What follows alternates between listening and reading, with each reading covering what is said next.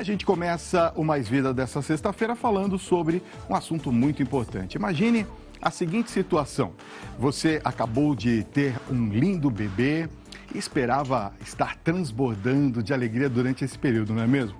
Mas, ao invés disso, você se sente dominada por sentimentos como medo, dúvida, tristeza e confusão. Muitas vezes, essa reviravolta de sentimentos pode estar atrelada à depressão pós-parto.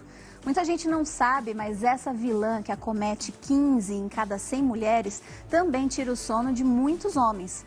Pior, ela manda embora a disposição, o apetite e principalmente a alegria de serem pais. Como é possível superar esse problema? Por que um tratamento deve ser estabelecido o quanto antes? Quem vai responder essa e outras questões agora aqui pra gente é a ginecologista e obstetra, doutora Anne Caroline Andrade. Doutora, seja muito bem-vinda ao nosso Mais Vida dessa noite. Prazer recebê-la aqui hoje. Tudo bem? Boa noite. Seja muito bem-vinda, viu? Muito bem, assunto sério e muitíssimo importante, que às vezes as pessoas não dão a devida atenção. Mas, doutora Anne, vamos começar explicando para quem está em casa qual é a diferença básica, né, entre a tristeza e a depressão pós-parto. Bom, a tristeza, ela acomete a mulher geralmente a partir do 3º dia pós-parto e pode seguir até 15 dias pós-parto. E ele some sozinho. Essa tristeza, ela vai embora espontaneamente. Já a depressão pós-parto, ela inicia depois da 3ª semana do parto e pode persistir por muito tempo se ela não receber um tratamento, uma rede de apoio adequada. Os maridos, os homens também sofrem desse mal, doutora? Sim, cerca de 10% dos homens podem sofrer com a depressão pós-parto. Geralmente, eles ficam num sentimento de que eles estão excluídos da situação. E geralmente acomete aqueles pais que já têm uma predisposição depressiva, né, que já tiveram eventos depressivos previamente, ou geralmente no nascimento do primeiro filho. Existe uma explicação, a palavra é até difícil, neurobioquímica para essa depressão pós-parto? Assim, a depressão, a mulher gestante, ela está num nível hormonal muito alto. E assim que nascem esses hormônios, o estrogênio e a progesterona, eles caem bruscamente. Então, sim, tem uma privação hormonal que mexe com todas as emoções da mulher que estão ali no estado de euforia máxima e, de repente, ela se vê em baixa. E aí, associados aos fatores de privação de sono, de cansaço, acaba gerando uma série de fatores para poder desencadear a depressão. Agora, tem como diferenciar o que seria, vamos dizer assim, uma depressão pós-parto, que ela é mais longa, creio eu, né, mais intensa, aquele início de depressão, algum momento de tristeza mais simples ou mais reduzido? A diferença, basicamente, é você tentar notar o período que ela ocorre. Se é logo após o parto, em que ela fica cansada, fica apática, às vezes não sente aquela vontade de ficar com o bebê durante muito tempo, quer deitar, quer dormir, pode ser uma coisa momentânea que vai sumir e ela vai começar a ser aquela pessoa que ela era antes do parto. A depressão não, ela começa a surgir depois de um mês, 3 semanas que o neném nasceu. E aí ela fica apática, não quer fazer as atividades diárias dela, ela fica realmente depressiva, num humor deprimido. Ela não tem vontade de fazer nada e não quer fazer nada. Então, basicamente, a diferença do tempo que esse sentimento de tristeza começa realmente a aparecer. Muito bem, então quer dizer que a tristeza, ela já vai ali logo de início. Teve o parto, já começa a se sentir triste. Agora, quando é que a mulher começa a perceber que não é uma tristeza comum, que não é algo passageiro, que é um sintoma mais grave, que pode ser uma depressão? Quando ela realmente perde essa vontade de querer fazer as coisas. Ela não tem vontade de voltar a trabalhar, se ela for, por exemplo, estiver terminando a licença maternidade dela e ela falar, vou perder meu emprego, mas tudo bem, eu vou ficar aqui em casa, vou deitar, vou dormir. Ela não tem vontade de sair, ver as amigas, ver a família. Ela quer, basicamente, ficar reclusa no canto dela, vivendo dia após dia, sem nada de muito emocionante acontecendo.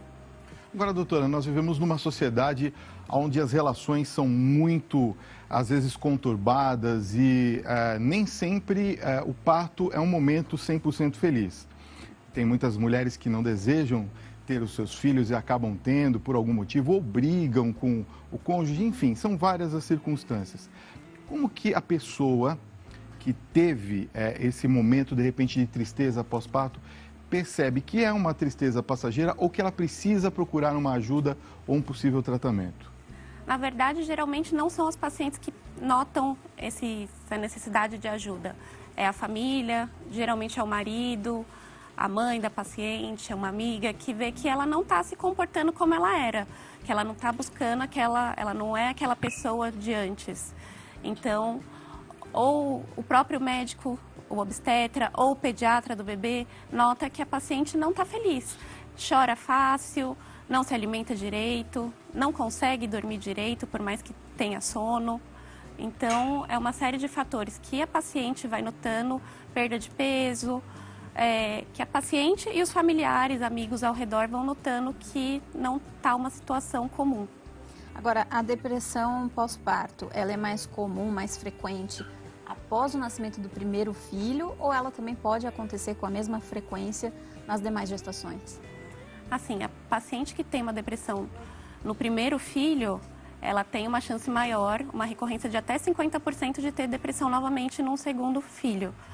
Mas também isso vale para qualquer pessoa. Se ela já teve um transtorno depressivo antes da gestação, a chance dela ter de novo durante uma gravidez aumenta. Então, se ela teve já na adolescência, por exemplo, o risco de acontecer isso pós-gravidez também é alto? É alto, é alto. Então, nesses pacientes já tem que começar a ter um cuidado desde o início da gestação para preparar ela para tudo que vai acontecer a partir de agora, né?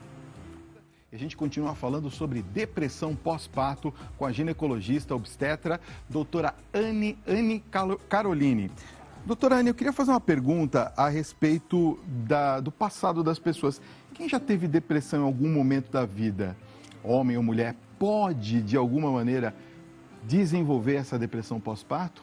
Sim, as pessoas que já tiveram transtorno depressivo, elas têm uma predisposição maior, até 50% de chance de ter um evento nesse momento. Agora, a gente sabe que tomar medicamentos durante a gravidez é muito perigoso. Existe algum medicamento para tratar a depressão que não afete o feto? Sim, existem medicações seguras que devem ser usadas, até porque os benefícios superam o risco. Então, a gente tem 2 classes de medicamentos que são liberadas durante a gestação. E no caso da amamentação, tem alguma recomendação especial? Na amamentação, já a gente pede para paciente tomar a medicação, esperar pelo menos umas 6 horas, então esvaziar a mama, desprezar aquele leite e para depois oferecer a mama para a criança não ficar sonolenta por causa dos medicamentos. Agora, e no caso de uma depressão que não foi tratada? Corre o risco do quadro evoluir, de ocorrer de repente o suicídio? Pode chegar a isso? Pode. São poucos os casos de mulheres em depressão pós-parto que chegam de fato ao suicídio, porque elas criam um vínculo muito grande com o bebê, então não querem deixar eles desamparados, mas em casos extremos realmente pode chegar a esse extremo, da paciente chegar a achar que ela realmente não é capaz de cuidar da criança e ela cometer o suicídio. Doutora, vamos às perguntas dos telespectadores? Programa ao vivo, você pode e deve participar com a gente. 11 95033 6870. Envie a sua pergunta para o nosso programa. A pergunta vem da Paula Marcela, de Umuarama, Paraná. Qual a importância, doutora, do ato de amamentar na prevenção de depressão pós-parto? Bom, o ato de amamentar, ele cria um vínculo entre a mãe e o bebê, né? Então, isso faz com que a paciente realmente queira estar bem para aquela criança que ela tem que cuidar. E fora que durante a amamentação a gente libera diversos hormônios de felicidade que ajudam no tratamento. Muito bem. A Karina Anjos, de Curitiba, Paraná, um beijo para todo o pessoal de Curitiba, sempre acompanhando aqui, mandou em relação ao filho, doutora, o que a mãe pode fazer quando está com depressão pós-parto? Bom, ela tem que procurar ajuda, ela tem que reconhecer que ela tem um problema e pedir ajuda, seja para a família, para os amigos, para para o médico dela, para o obstetra, para o pediatra, em quem ela tenha confiança para seguir um tratamento e tomar as medicações que forem recomendadas. Essa é a parte mais difícil, né? Porque às vezes a mulher se sente fraca, fala, poxa, acabei de ter o neném, eu não vou conseguir cuidar sozinha, eu não vou conseguir fazer tudo. Exatamente, é um boom de emoções, né? Ela tem um bebê novo, é uma rotina totalmente diferente, ela não dorme direito, ela não se alimenta direito, ela ficou em segundo plano para a maioria das pessoas, né? As pessoas vão visitar, vão direto no bebê, não vão na mãe, então ela também se sente meio deixada de lado, mas ela tem que reconhecer que isso é um processo que é adaptativo e que vai passar. A Pedrina da Rocha Leite Antônia de São Paulo pergunta: existem formas de prevenir essa depressão pós-parto, doutora? Assim, prevenir não tem um jeito, mas se você já sabe, se você já tem um histórico de depressão anteriormente, é bom você começar a procurar ajuda, nem que seja com uma terapia, conversar com outras mães, outras gestantes, para saber o que vai vir pela frente e confiar no seu médico, em quem você escolheu para te acompanhar, para te orientar da melhor forma possível. Não ter medo de expor os seus sentimentos, os seus medos, anseios, que sempre tem um jeito de contornar a situação. Muito bem, a todas as mamães que estão passando por isso nesse momento, fica o conselho então de não ter vergonha de pedir ajuda. Isso pode acontecer com qualquer mulher no mundo, tá? Isso não faz com que você seja uma mãe menos especial do que as outras, né, doutora? Com certeza. Tá aqui a doutora Anne Caroline Andrade. A gente gostaria de agradecer a sua presença. Eu que agradeço. Aqui hoje. Espero que com essa entrevista a gente tenha ajudado muitas mamães aí que estão nos assistindo. E quem quiser entrar em contato com a doutora, o telefone é 11 954 13 1407. E no Instagram, @doutora.aneandrade, igual tá aparecendo aqui no vídeo. Obrigada mais uma vez. Obrigada a vocês. Muito bem.